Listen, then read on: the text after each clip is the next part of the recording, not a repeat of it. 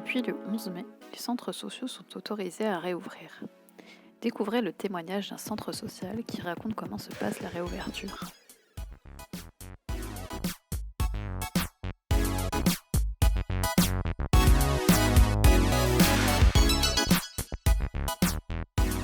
Pour mettre en place le retour de l'accueil en présentiel. Dans un premier temps, on a réuni le bureau de l'association avec l'équipe salariée. Et chacun de notre place, on a imaginé comment on pourrait retourner. Ça, c'était le premier temps d'imagination, c'était aux alentours du 4 mai. Ensuite, quand ça a été effectif au 11 mai, il a fallu faire un gros travail de compilation des règles imposées au niveau du gouvernement, imposées par le droit du travail aussi. Ça a été un gros morceau parce qu'on était souvent dans le flou, il y avait beaucoup d'incertitudes. Le réseau fédéral a été important aussi dans ce moment-là pour qu'on puisse croiser toutes ces informations. On a réussi à déblayer tout ça. On s'est dit qu'il fallait qu'on crée notre propre protocole pour pouvoir le partager avec les habitants qui allaient venir et donner du sens. L'équipe salariée a aussi souhaité être formée sur les gestes barrières, donc former l'équipe salariée de façon à ce qu'ils puissent eux aussi éduquer toutes les personnes qui physiquement allaient traverser le centre socioculturel au niveau qui s'impose. Une fois que tout ça a été mis en place, c'est l'équipe salariée qui s'est chargée d'aménager les espaces. Ils ont été hyper inventifs et créatifs et du coup, tout a été fait pour respecter les gestes, mais il y a beaucoup de choses ludiques. Alors, on a des centres giratoires maintenant, il y a tout un tas de signalisations très drôles. Donc finalement, on s'y sent bien. Pour autant, l'espace est modifié. On a dû aussi modifier le temps. On vient au centre socioculturel sur des créneaux plus courts. On vient sur inscription, sur rendez-vous. Donc on a commencé à accueillir du public sur la troisième semaine du mois de mai, fin mai. D'abord sur quelques espaces qui me semblaient hyper importants de reprendre, qui avaient vraiment besoin d'être accueillis physiquement. Quel genre de personnes ou de groupes avaient vraiment besoin d'être physiquement présents, d'avoir ce contact humain-là.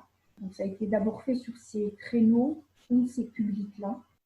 Et les gens sont plutôt à l'écoute et très respectueux des règles.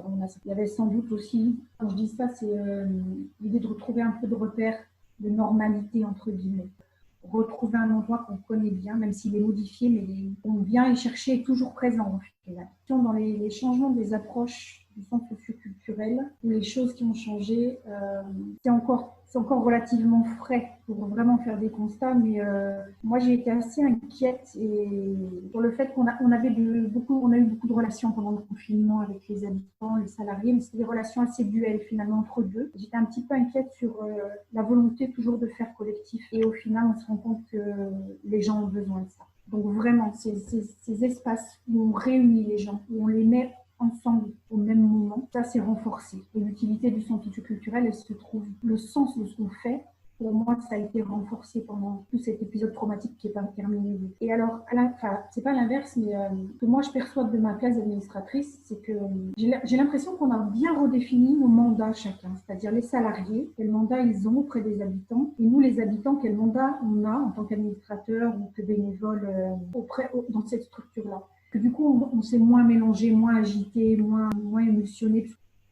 Et on s'est vraiment rendu compte, quand il a fallu réouvrir le centre, que nous, en tant qu'administrateurs, pour faire voter des textes, mettant chacun d'entre nous à l'abri, autant les salariés que les bénévoles, on ne pouvait pas le faire sans les salariés qui sont au contact permanent des habitants. Eux ne pouvaient pas décider puisque c'est nous qui décidons sur le CA et ça a renforcé la coopération. Et on est plus efficient dans cette coopération. Et au final, les étapes progressives du déconfinement, ça se passe plutôt bien.